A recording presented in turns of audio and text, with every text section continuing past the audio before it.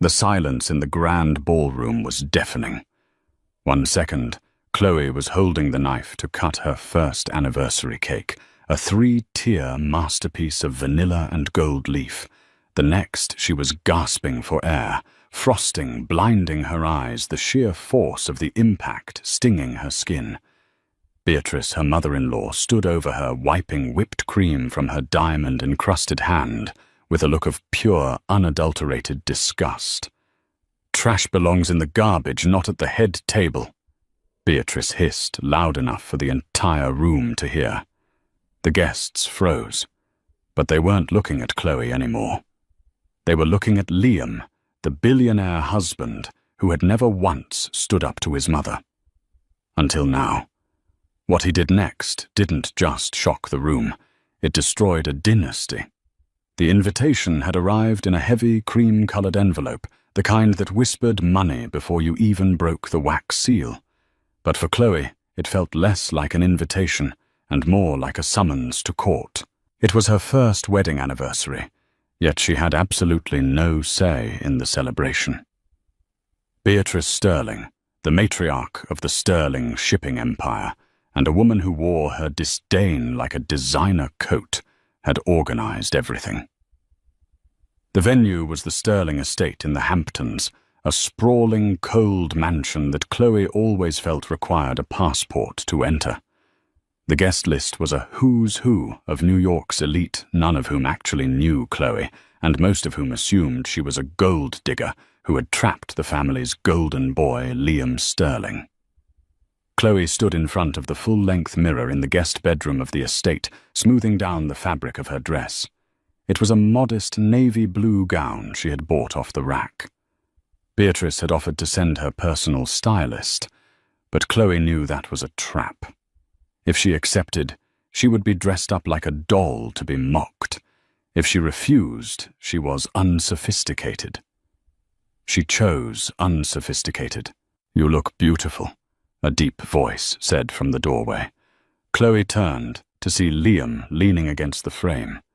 He was impeccably dressed in a bespoke tuxedo, his dark hair styled perfectly, but his eyes looked tired. Liam Sterling was a man who commanded boardrooms and negotiated billion-dollar mergers, but in this house under his mother's roof, he always seemed to shrink a little. He was the peacemaker, the quiet observer. He loved Chloe, she knew that, but he also loved his mother. Or perhaps he just feared her influence. "Do I?" Chloe asked, her voice trembling slightly. "Because I feel like a sacrificial lamb." Liam walked over and took her hands, his thumbs rubbing gently over her knuckles. "It's just one night, Chloe. One night to keep the peace. Mother has been trying in her own way." Chloe almost laughed. "Trying Liam last week, she asked me if my father was a plumber because I knew how to fix the sink drain. My father was a high school history teacher." "She's from a different time," Liam said, the standard excuse falling from his lips automatically. "She just wants the best for the family image. Tonight is big for the company, too. There are investors coming. Just try to ignore her sharp edges for me." Chloe looked into his eyes. She loved him. She really did. When they had met, Liam had been using a fake name at a coffee shop in Brooklyn, just trying to escape the weight of his surname.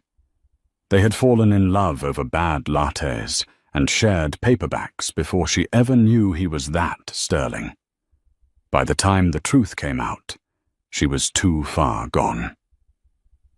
"Okay," Chloe whispered. "For you. But if she comments on my breeding again, I'm hiding in the bathroom." Liam kissed her forehead. "Deal. I'll be right by your side." Downstairs, the atmosphere was already thick with tension. The ballroom was decorated in excessive opulence.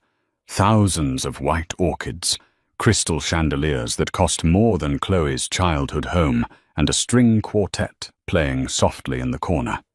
Beatrice Sterling stood at the center of the room, like a queen holding court. She was 60 but looked 40, thanks to the best surgeons in Switzerland. She wore a silver gown that shimmered like armor. Standing next to her was Vanessa Kensington. Vanessa was the daughter of a real estate tycoon, tall blonde, and possessing the kind of effortless cruelty that came with never hearing the word no. She was also Beatrice's chosen match for Liam. Even though Liam had married Chloe a year ago, Beatrice and Vanessa acted as if the marriage was a temporary clerical error that would soon be rectified. "She's actually wearing navy," Vanessa snickered, sipping her champagne. "It's a celebration, not a funeral, though I suppose for her social death is imminent." Beatrice's eyes narrowed as she saw Liam and Chloe descending the grand staircase. Navy. How pedestrian. She disappears into the background, exactly where she belongs. "Liam looks exhausted," Vanessa noted, feigning concern. "She's dragging him down, Beatrice. He needs someone who understands his world, someone who can help him carry the legacy, not someone he has to constantly apologize for." "Patience, Vanessa," Beatrice said, her voice low and dangerous. "Tonight is about clarity. I intend to make it very clear to Liam and to all our investors that a mistake was made, and mistakes can be corrected." As Chloe reached the bottom of the stairs, the air felt thin. She tightened her grip on Liam's arm. Beatrice glided over her smile, not reaching her eyes. "Happy anniversary." Beatrice said the words tasting like vinegar. She didn't look at Chloe. She looked at Liam. "Liam, darling, the board of directors is in the library. They need a word before the toasts." "Now," Liam frowned. "Mother, the party is just starting. I promised Chloe—" "It's urgent, Liam."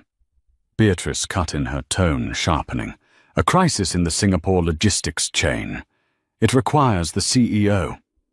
She finally glanced at Chloe, a flicker of pity in her gaze that was worse than hatred.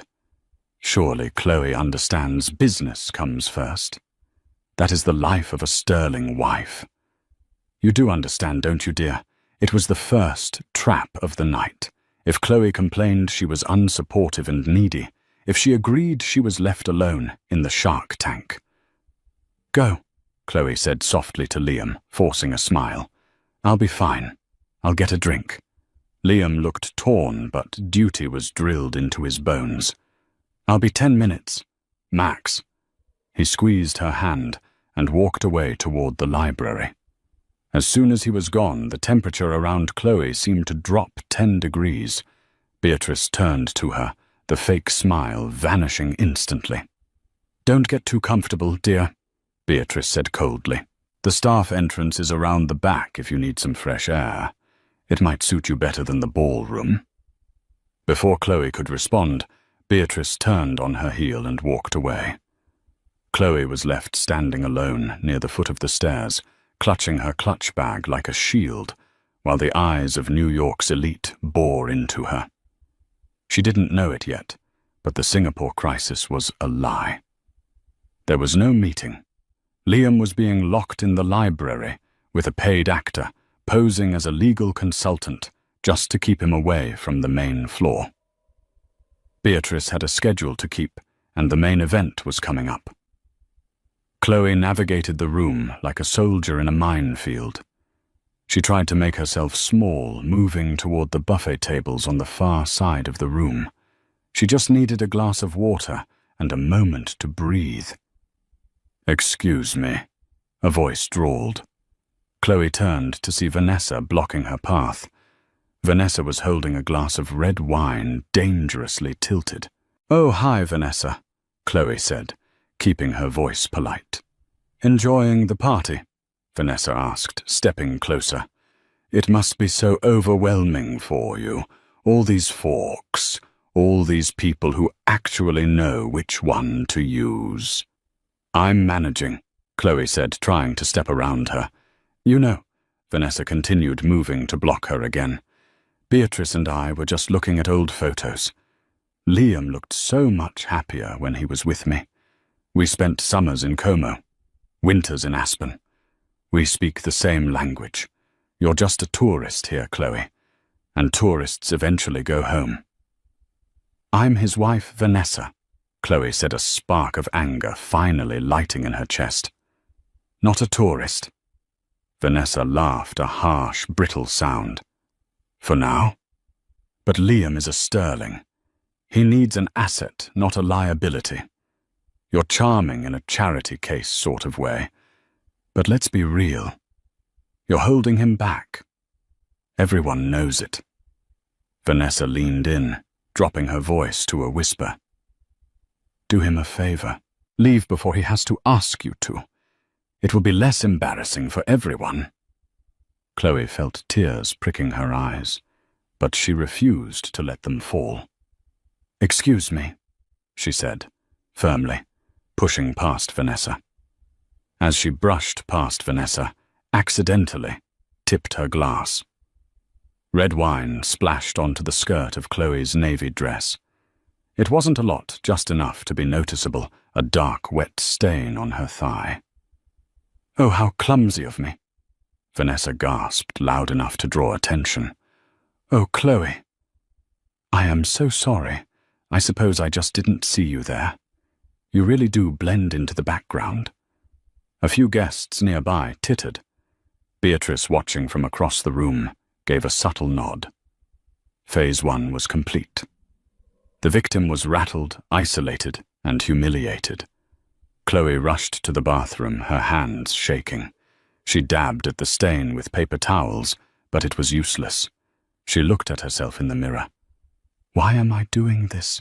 She asked herself. Liam loves me. That's what matters. She took a deep breath, fixed her hair, and walked back out. She wouldn't let them win. She would stand by her husband's side for the cake-cutting smile for the cameras, and then they would go home. When she returned to the ballroom, the lights had dimmed slightly. A spotlight was focused on the center of the room, where a massive table sat. On it was the anniversary cake. It was incredible, 5 feet tall, decorated with edible gold and sugar orchids. The music stopped. Beatrice took the microphone at the front of the room. Ladies and gentlemen, Beatrice announced, her voice booming through the speakers.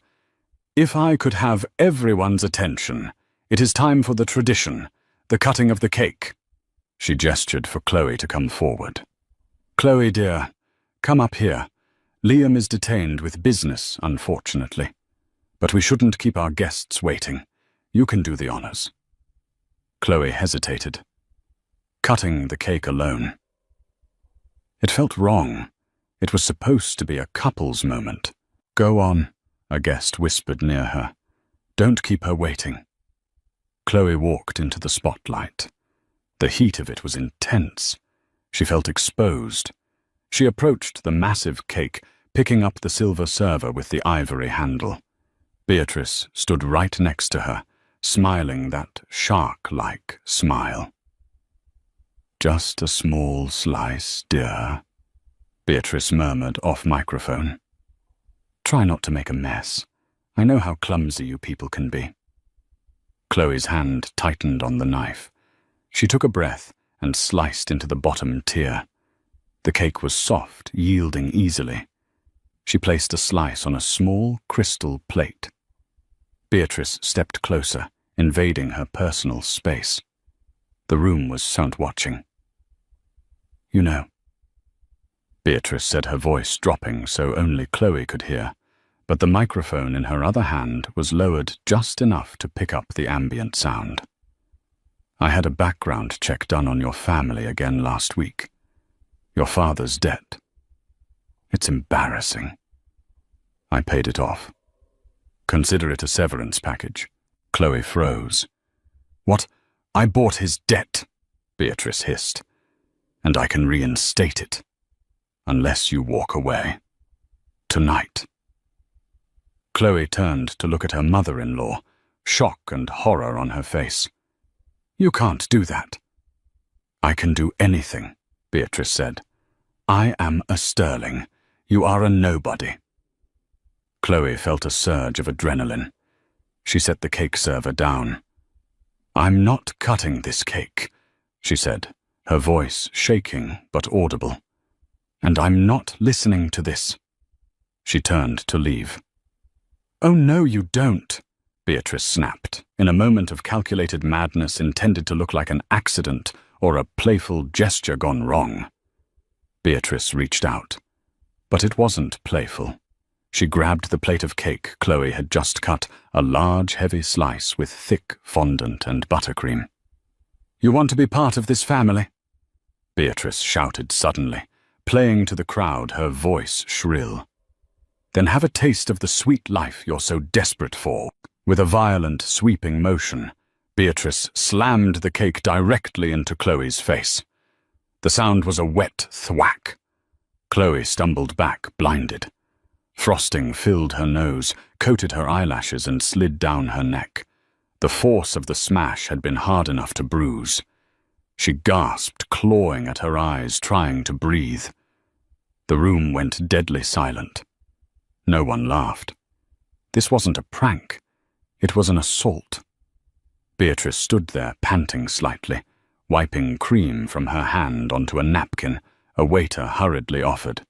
She looked at the guests, chin high. "Trash!" she declared, her voice ringing out in the silent hall. "Trash belongs in the garbage, not at the head table. Look at her. Look at what she really is. A mess." Chloe stood there, shaking cream, dripping onto her ruined navy dress. She felt small. She felt destroyed. She couldn't see the crowd, but she could feel their pity and their shock. Then the heavy oak doors of the library burst open. The sound echoed like a gunshot. Liam Sterling stood in the doorway. He wasn't the quiet, tired man from earlier. His tie was undone, his hair slightly mussed, and his face was a mask of absolute, terrifying fury. He had broken out of the locked room. He had heard his mother's voice over the speakers. He saw his wife. He saw the cake. He saw his mother's sneer. Liam didn't run. He walked. But he walked with the energy of a predator. The crowd parted instantly, terrified of the look in his eyes. He didn't look at the investors. He didn't look at Vanessa. He walked straight to Chloe. "Liam." Beatrice started, her voice faltering for the first time.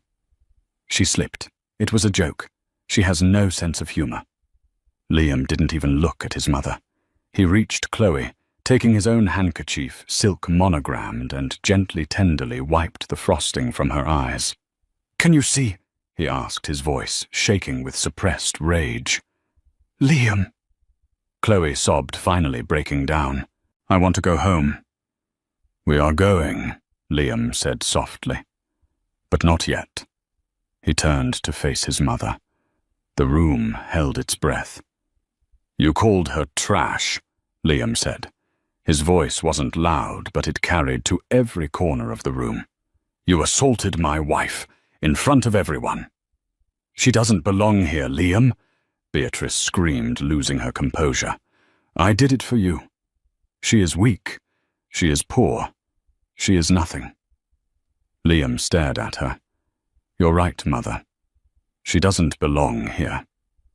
He reached into his jacket pocket and pulled out a phone. He tapped the screen once.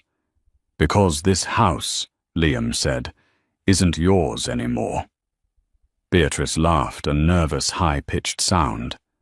"Don't be ridiculous. This is the Sterling estate." "And the Sterling Trust," Liam said, his voice cold as ice, "has a clause, the morality clause. Section 4, paragraph 2. Any beneficiary who brings public disrepute or engages in violent conduct on company grounds forfeits their position as chair immediately." He pointed to the corner of the room. "We are live streaming Mother." The investors wanted to see the speech. They saw this instead. Beatrice's face went pale. "You wouldn't." "I just did," Liam said. "The board just voted. I got the notification while I was breaking down the door you locked me behind. You're out, Beatrice. You're done." Liam turned to the crowd. "Get out," he said. "All of you. The party is over." The silence inside the Aston Martin was heavier than the silence in the ballroom had been. Liam drove with a white-knuckled grip on the leather steering wheel, his eyes fixed on the blurring lights of the Long Island Expressway. Rain had started to fall, transforming the world outside into a smear of grey and neon, mirroring the chaos inside the car. Chloe sat in the passenger seat, shivering. She had used a packet of wet wipes from the glove compartment to clean the worst of the frosting from her face, but her hair was still matted with sugar and cream, and her navy dress was ruined, stiffening as the mess dried. The smell of vanilla, once sweet, now made her stomach turn. It smelled like humiliation. "I'm sorry," Liam said, his voice cracking.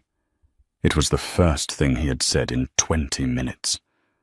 "I am so sorry, Chloe." Chloe stared out the window. "You didn't throw the cake, Liam." "I let it happen," he countered, hitting the steering wheel with the palm of his hand. "I left you alone with her. I knew what she was like. I thought if I played by her rules for one night, she'd back off. I was a coward." "You stood up for me," Chloe said softly. "You walked away from the company. That's not cowardice, Liam. That's suicide. Financial suicide." Liam let out a harsh breath. "I don't care about the money. I care about you. We'll figure it out. I have my own savings. I have the trust. We'll get a suite at the Pierre. We'll call a lawyer in the morning and we'll bury her in litigation until she's selling that estate to pay legal fees." He sounded confident, but Chloe saw the tremor in his jaw. Beatrice Sterling was not a woman who lost gracefully. She was a woman who scorched the earth. They arrived in Manhattan an hour later. Liam pulled up to the valet stand at the Pierre, one of the city's most prestigious hotels. The valet recognizing the car, and Liam rushed over, but his eyes widened when he saw Chloe's state. "Mr. Sterling," the valet said, maintaining professional composure despite the wreckage in the passenger seat. "Welcome back." "We need the penthouse suite for the week," Liam said, handing over his keys.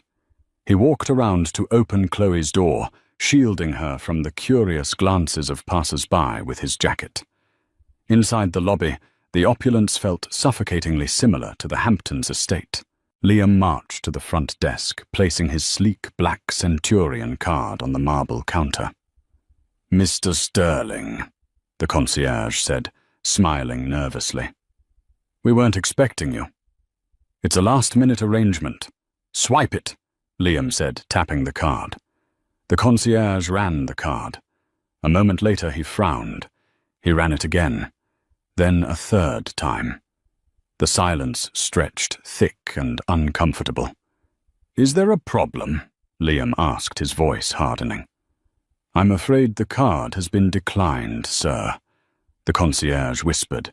"It says reported stolen, confiscate." Liam froze. "That's impossible. It's my account." "I can try another card." Liam pulled out his wallet. He produced a Visa, then a Platinum MasterCard. Declined. Declined. Beatrice moved faster than light. "She froze them." Liam realized, his face draining of color. "She reported my identity compromised. She's locked me out of everything. The joint accounts, the personal trusts. Everything." "Sir," the concierge said, his voice dropping an octave, losing its warmth. "Without a valid payment method." "I have cash," Liam said, patting his pockets. He pulled out a money clip. $200. At the Pierre, that wouldn't even buy a sandwich, let alone a room. Chloe stepped forward, placing a hand on Liam's arm. She could feel the heat radiating off him, the sheer panic of a man who had never heard the word no from a machine in his life. "Liam," she whispered, Let's go." "No." Liam snapped not at her, but at the situation. "I am Liam Sterling. Call the manager. I own shares in this hotel chain." "Sir, please don't cause a scene," the concierge said, signaling to security. "We are leaving," Chloe said firmly. She took Liam's hand, interlacing her fingers with his. "Liam, look at me. We leave. Now." Liam looked at her, his eyes wild. Then he deflated. He nodded, grabbing the keys back from the valet stand before they could be processed. They got back into the Aston Martin. The gaslight dinged. Low fuel. "I have $40 in my purse," Chloe said calmly. "And I have a Chime bank account she doesn't know about, because it has never touched the sterling millions. It has about $300 in it." Liam stared at the dashboard. $300? That's a tank of gas and a roof over our heads," Chloe said. "Just not here." They drove out of Manhattan, crossing the bridge into Queens. The skyline of the city, glittering with gold and ambition, retreated in the rearview mirror. They pulled into the parking lot of the Starlight Motor Inn, a roadside motel with a flickering neon sign and a vending machine that hummed aggressively in the damp air. The room cost $89 a night. It smelled of stale cigarettes and lemon polish.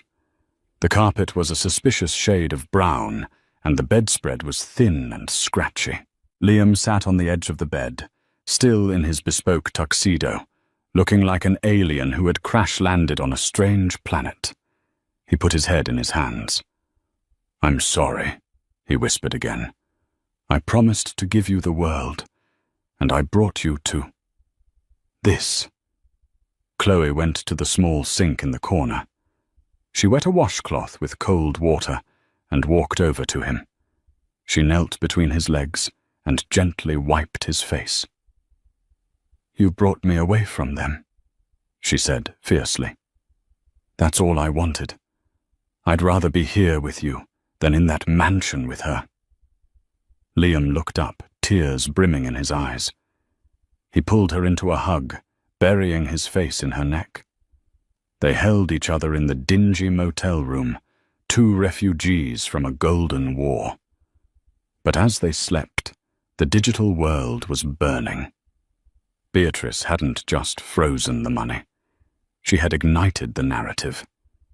The next morning, sunlight filtered through the thin polyester curtains of the motel room, hitting Chloe's eyes like a physical blow. She groaned, reaching for her phone on the nightstand. She expected a few texts from friends, asking if she was okay. Instead, her phone was vibrating so hard, it nearly fell off the table. 99+ missed calls, 500+ new Instagram notifications. Twitter. Trending crazy.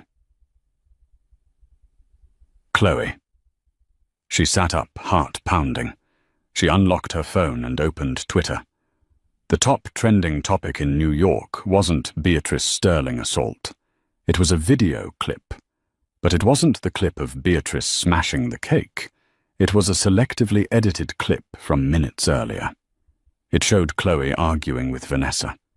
It showed Chloe stepping on Vanessa's dress, which hadn't happened. It was a trick of the camera angle. It showed Chloe looking angry near the cake knife. And then the headline from the New York Chronicle, a paper the Sterlings practically owned, "Meltdown in the Hamptons, gold digger wife threatens guests with knife, forced to leave anniversary party." The article was a masterpiece of fiction. It claimed Chloe had been drunk, that she had demanded shares of the company, and that when Beatrice tried to calm her down, a scuffle ensued involving the cake. Beatrice was painted as the victim, a dignified matriarch, trying to save her son from an unstable woman. "Oh my God," Chloe whispered. Liam stirred beside her. "What is it?" She handed him the phone. Liam scrolled, his eyes widening. He sat up the sheet, falling away from his chest. "This is a lie. This is a complete fabrication. We have the live stream. Do we, War?" Chloe asked. "Who was filming us? The company videographer, hired by Mother. Liam scrambled for his own phone. He tried to log into the company cloud server to access the raw footage. Access denied. He tried to call the chief legal officer. Number disconnected. She scrubbed it, Liam said, his voice hollow. She deleted the real footage and released this deep fake narrative. A sharp knock on the motel door made them both jump. Liam stood up, placing himself in front of Chloe. "Who is it?" "Room service," a muffled voice said. "This motel doesn't have room service," Chloe whispered. Liam walked to the door and looked through the peephole. He stiffened. He unlocked the door and threw it open. Standing there in a pristine white trench coat and oversized sunglasses was Vanessa. Behind her stood two large men in dark suits, private security. "Found you," Vanessa said, wrinkling her nose as she stepped into the room without invitation. "God, Liam, it smells like despair in here, and cheap detergent." "Get it out," Liam said, pointing to the parking lot. "I'm here to help," Vanessa said, pulling a thick envelope from her designer bag. She tossed it onto the stained bedspread. "Beatrice is disappointed. She's calling it a mental health crisis. She's willing to pay for a facility for Chloe. Somewhere quiet. Vermont, maybe." "You are insane," Chloe said, standing up. She was wearing Liam's oversized dress shirt, but she stood tall. Vanessa ignored her locking eyes with Liam. "Liam, Daddy is worried. The stock dropped 4% this morning because of the scandal. Beatrice is moving to have you declared incompetent to manage your shares due to undue influence from a toxic partner. She's going to take it all, Liam. The CEO spot, the trust, the legacy." Vanessa stepped closer, her voice turning syrupy. "But it doesn't have to be that way. Sign the annulment papers inside that envelope. Say you were coerced. Say she drugged you. Come back home. I've already spoken to the PR team. We can spin this as you being a victim of a predator. We can be the power couple again." Liam looked at the envelope. Then he looked at Vanessa. "You think I care about the stock price?" Liam asked quietly. "I think you care about not being poor." Vanessa sneered, glancing around the room. "You're a sterling, Liam. You don't survive in the wild. You need the ecosystem. Sign the papers. Come back to the mansion. We're having brunch at noon." Liam picked up the envelope. He weighed it in his hand. "You're right," Liam said. "I am a sterling." He ripped the envelope in half, then in quarters. He threw the confetti-like pieces at Vanessa's feet. "But the sterling name used to mean honor. Now it just means bullies in expensive clothes. Get out, Vanessa, and tell my mother that if she wants a war, she just got at one." Vanessa's face twisted into a mask of pure venom. "You're making a mistake, a very expensive mistake. When you're starving, don't come crawling back." She spun on her heel and marched out, her security guards following. Liam slammed the door and locked it. He leaned his forehead against the wood, breathing hard. "Liam," Chloe said softly, "she's right about one thing. We can't fight them with nothing. They have the lawyers, the media, and the money." Liam turned around. "I know. We need an army. But we don't have one." "We don't need an army," Chloe said, her eyes suddenly sharp. A memory had surfaced. A small detail from the night before, just before the cake smash. Beatrice had whispered something. "I paid off your father's debt. I bought it." "Liam," Chloe said, "your mother said she bought my father's debt. But my father, he didn't have debt. He was meticulous. He kept every receipt in a shoebox in his closet. What does that matter? It matters because Beatrice is a creature of habit," Chloe said, her mind racing. "She uses money to control people, but she's arrogant. She leaves paper trails because she thinks no one is smart enough to look. Before I met you, I worked as a forensic audit clerk for a small firm. I know how to track numbers that people try to hide. We don't have access to her files, Liam reminded her. No, Chloe said. But we have access to the old files. You told me once that your grandfather, the founder, was paranoid, that he kept physical copies of the original bylaws and the founding ledger in a place Beatrice couldn't touch. Liam's eyes lit up with recognition. The Iron Vault. It's in the basement of the old Sterling textile factory in Brooklyn. The building is condemned, slated for demolition next month. Does Beatrice have the key? No. Liam said, a slow smile spreading across his face. She hates that place. She thinks it's dirty. Only the CEO has the key. And technically, until the board formally ratifies my removal, which takes 48 hours, I am still the CEO. Then we have 24 hours, Chloe said, grabbing her ruined dress. Put your tuxedo back on, Liam. We're going to Brooklyn. The Sterling textile factory loomed over the Brooklyn waterfront like a skeletal beast. It was a relic of a bygone era. Red brick, crumbling windows shattered like jagged teeth. A chain-link fence surrounded it with a sign, "Danger, keep out. Property of Sterling Holdings." The rain had stopped, but the wind was biting. Liam parked the Aston Martin in an alleyway 3 blocks down to avoid attention. They walked the rest of the way, Chloe wearing a pair of jeans and a hoodie she had bought at a nearby discount store with her remaining cash. Liam still in his tuxedo trousers and shirt, looking like a disheveled prince. "This place gives me the creeps," Chloe muttered as they slipped through a hole in the fence. "Grandfather Elias loved it," Liam said. "He said this was where the real work happened. He hated the Hamptons. He said the sea air made people soft." They navigated the debris-strewn courtyard and reached the heavy steel doors of the main entrance. Liam pulled a keychain from his pocket. It wasn't his car keys. It was a small, rusted iron key he kept on a separate ring. "I haven't used this since he died," Liam admitted. He inserted it into the lock. It resisted then with a groan of protesting metal it turned. They slipped inside. The air was stale, smelling of oil and dust. Pigeons fluttered in the rafters high above. "The vault is in the sub-basement," Liam said, turning on his phone's flashlight. They descended a metal staircase that rattled with every step. Down here, the darkness was absolute. They reached a heavy blast door, the kind used in old banks. "Here goes nothing," Liam said. He spun the dial. Left 40, right 10, left 85. The combination was his grandfather's birthday. Clank. Hiss. The door swung open. Inside, rows of metal filing cabinets lined the walls. It wasn't gold bars or diamonds. It was paper. Decades of it. "What are we looking for?"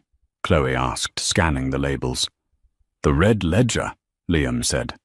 "Grandfather told me that if the company ever lost its way, the Red Ledger would guide it back. I always thought it was a metaphor." Chloe started pulling out drawers. "Search for 1985. That's the year Beatrice married your father. That's when she started getting involved." They searched for an hour.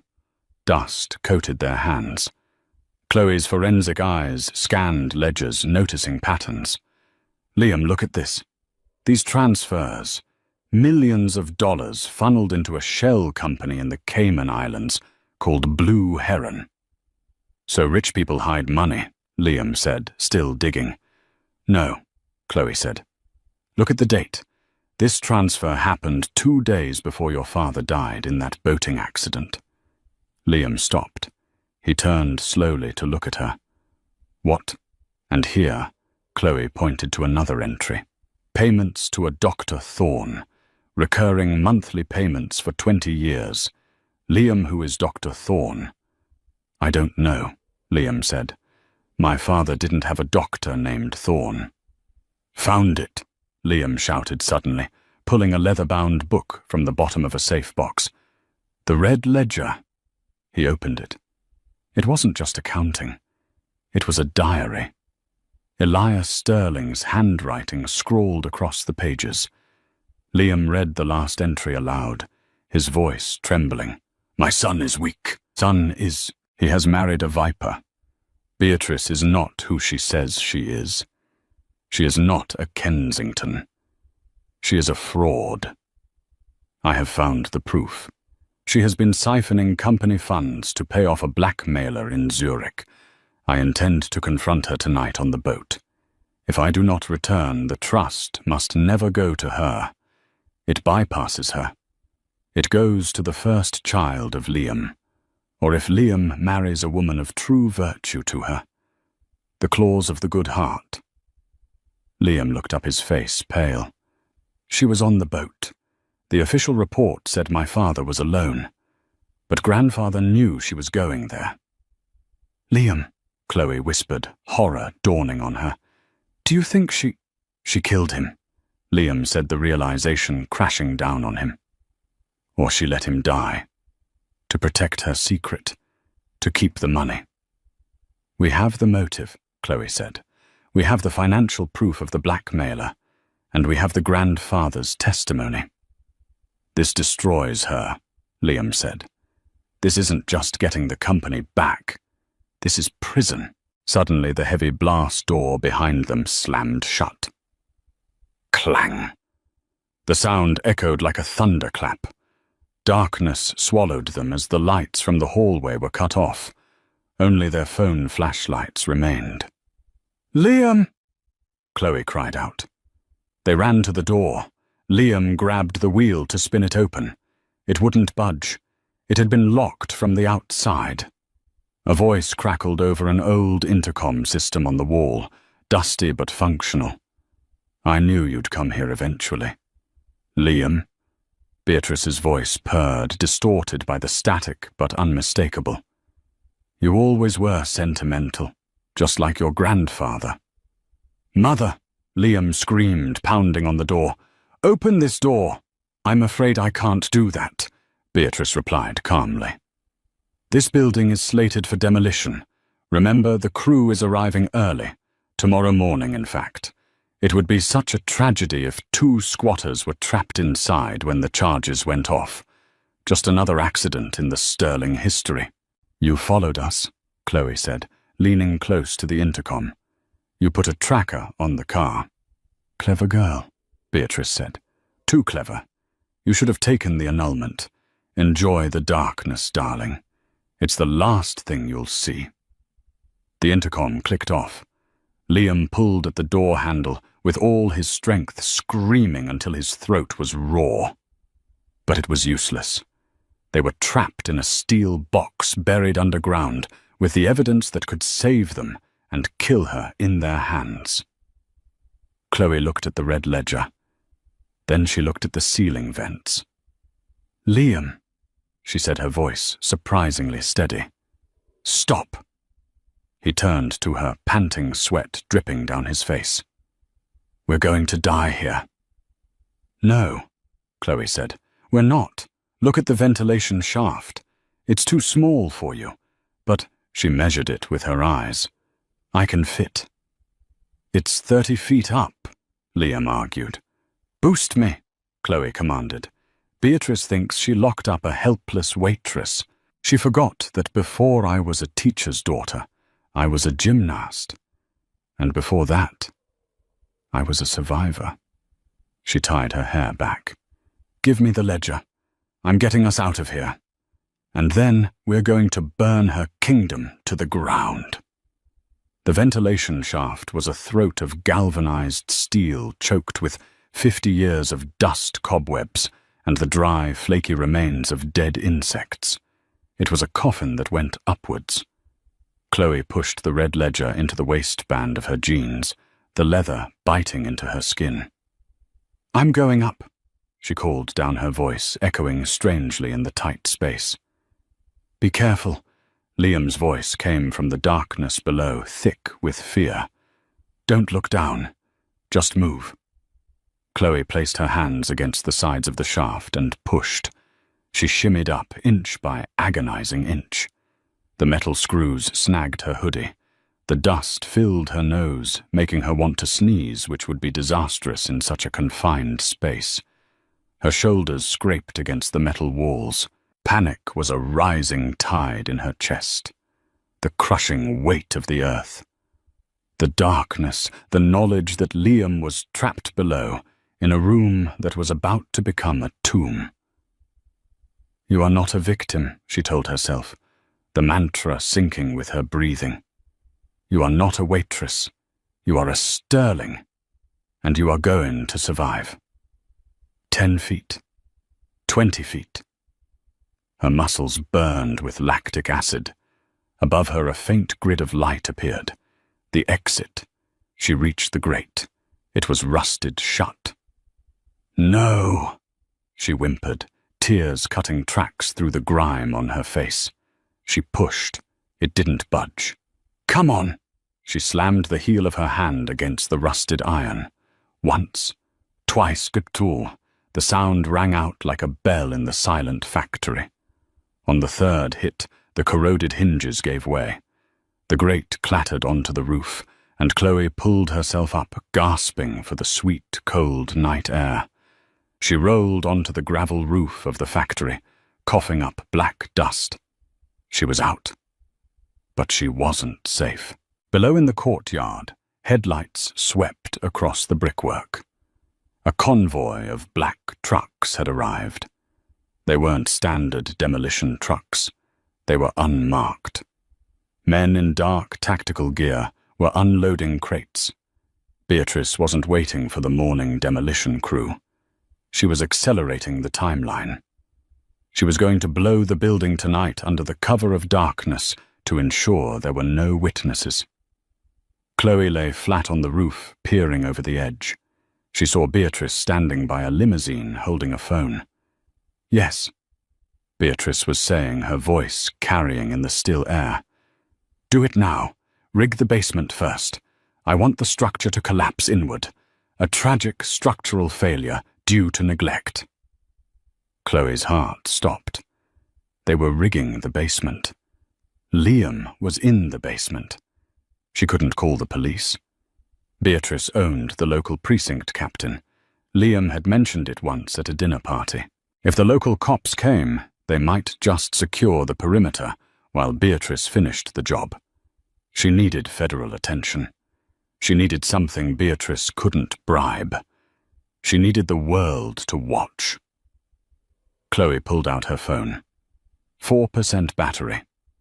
The screen was cracked, but it worked. She didn't dial 911. She opened Instagram. She had gained 50,000 followers in the last 24 hours because of the hate campaign. She hit Go Live. The screen flickered. Live. 200 viewers. 500 viewers. 2,000 viewers. "My name is Chloe Sterling," she whispered into the camera. Her face streaked with soot blood on her forehead, the backdrop of the dark factory looming behind her. "I am at the old Sterling textile factory in Brooklyn. My husband Liam Sterling is locked in the basement vault." She flipped the camera to show the men below unloading explosives. "That is Beatrice Sterling," Chloe narrated, zooming in on her mother-in-law. "She is rigging this building to explode, to hide the evidence of her crimes and to kill her own son. If the feed cuts out, it's because I'm dead. Send the FBI. Send the fire department. Don't let them cover this up." The viewer count skyrocketed. 10,000. 50,000. The chat was moving so fast, it was a blur of horror and emojis. To user 99. "Is this real? At News Daily, DM us immediately. At NYPD official. What is your location? below one of the men looked up. He had seen the light of her phone screen. "Ma'am, we have eyes on the roof," the man shouted. Beatrice looked up, her face twisting in a snarl. "Get her, and detonate the charges now. We can't, the wiring isn't finished. I don't care. Blow it manually." Chloe scrambled up. She had to get down, but the stairs were blocked by the men. She looked at the fire escape on the north side. It was rusted, hanging by a thread. She ran. "Stop her!" a voice boomed. A bullet pinged off the gravel near her foot. They were shooting. Chloe didn't stop. She reached the fire escape and vaulted over the railing. The metal groaned under her weight. She slid down the ladder, the rust burning her palms. She hit the ground in the alleyway just as the first explosion rocked the building. Boom! The ground shook. Dust billowed out from the basement windows. "Liam!" Chloe screamed, running toward the building instead of away. "No!" A hand grabbed her shoulder.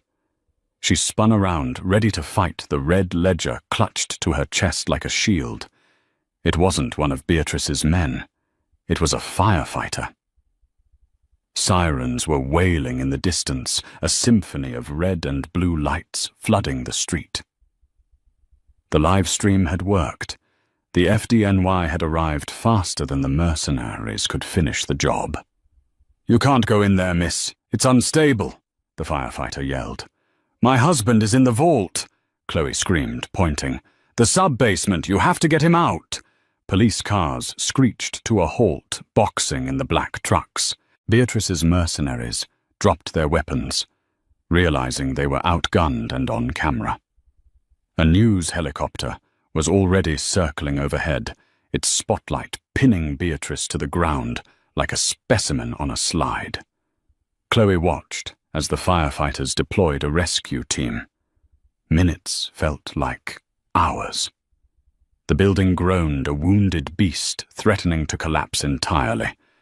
Then, emerging from the smoke, 2 firefighters walked out, supporting a coughing, stumbling figure between them, Liam. He was covered in grey dust, his tuxedo shredded, but he was alive. Chloe broke free from the paramedic, trying to check her vitals. She sprinted across the wet pavement. Liam looked up, saw her, and fell to his knees, opening his arms. They collided in a heap on the asphalt. Liam buried his face in her hair, sobbing. "You came back.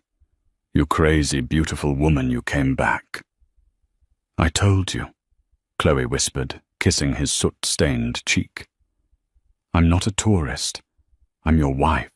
Cameras flashed around them. The press had arrived. CNN, Fox, the New York Times. Beatrice was being led away in handcuffs, screaming at a police officer. "Do you know who I am? I am Beatrice Sterling. This is a mistake." Chloe stood up, helping Liam to his feet. She reached into her hoodie and pulled out the red ledger. It was safe. "Officer," Chloe called out to the detective arresting Beatrice. She walked over the cameras, parting for her. She looked Beatrice dead in the eye. "She isn't Beatrice Sterling," Chloe said, her voice steady broadcast to the millions watching at home. "Her name is Beatrice Thorne, and this," she held up the book, "is the proof that she murdered Elias Sterling to steal this empire." Beatrice stopped struggling. She looked at the book. The color drained from her face, leaving her looking old, fragile, and defeated. "Checkmate," Liam whispered. The courtroom at the Southern District of New York was packed beyond capacity 3 months later. It was the trial of the decade. The Cakegate incident, as the internet called it, had unraveled a 40-year conspiracy of fraud, embezzlement, and murder. Chloe sat in the front row wearing a sharp white pantsuit. No more navy. No more hiding. She held Liam's hand. On the stand sat a frail old man in a wheelchair. Dr. Thorne. The man from the ledger. Beatrice's brother, whom she had kept hidden in a private sanitarium in Switzerland, paid off with company funds to keep her secret that she was not a socialite debutante, but the daughter of a con artist who had faked her identity to marry into the sterling fortune. She told me to cut the brake line on the boat. Dr. Thorne rasped, his voice echoing in the silent room. She said if Elias changed the will, we would both be destitute. I did it. I've lived with the guilt every day since. A gasp went through the gallery. Beatrice, sitting at the defense table, didn't react. She stared straight ahead, a statue of ice. The jury deliberated for less than 2 hours. Guilty on all counts. Beatrice didn't scream. She didn't cry. She simply stood up, smoothed her skirt, and allowed the marshals to shackle her wrists. As she was led past Liam, she paused.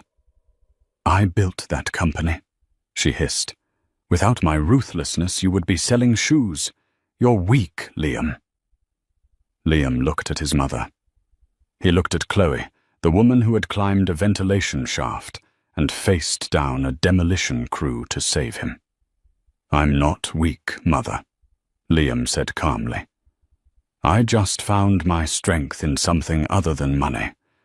I found it in her. Beatrice sneered and was led away to serve a life sentence without parole. The fallout was immediate. Vanessa Kensington's family distanced themselves publicly, but the damage was done. Vanessa was dropped from her social circles, her reputation permanently stained by her association with the attempted cover-up.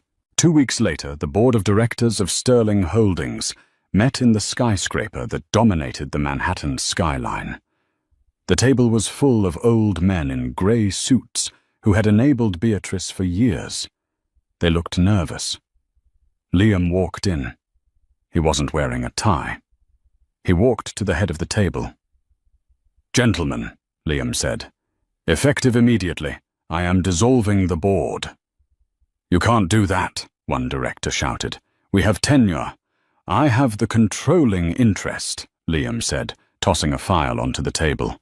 My grandfather's original will was probated this morning. The good heart clause. It grants the entirety of the voting shares to me and my wife. You are all fired for gross negligence and complicity. Security guards stepped forward to escort the sputtering directors out. Liam turned to the empty chair next to him. Madam Chairwoman. Chloe walked in. She looked at the view of the city that had tried to chew her up and spit her out. She sat down at the head of the table. So, Chloe said, opening a laptop. First order of business. We're liquidating the private jet fleet and the Hamptons estate. We're using the funds to start a foundation for victims of financial abuse. Liam smiled, sitting to her right. Seconded. Later that evening, they returned to the bakery, where they had ordered their first anniversary cake, a small hole-in-the-wall place in Brooklyn, far away from the glitz of Fifth Avenue. They sat on a park bench, watching the sunset over the bridge. Chloe opened a small cardboard box. Inside was a simple vanilla cupcake with white frosting. Happy anniversary delayed, Liam whispered. Chloe laughed. She took a bit of frosting on her finger and playfully dabbed it on Liam's nose.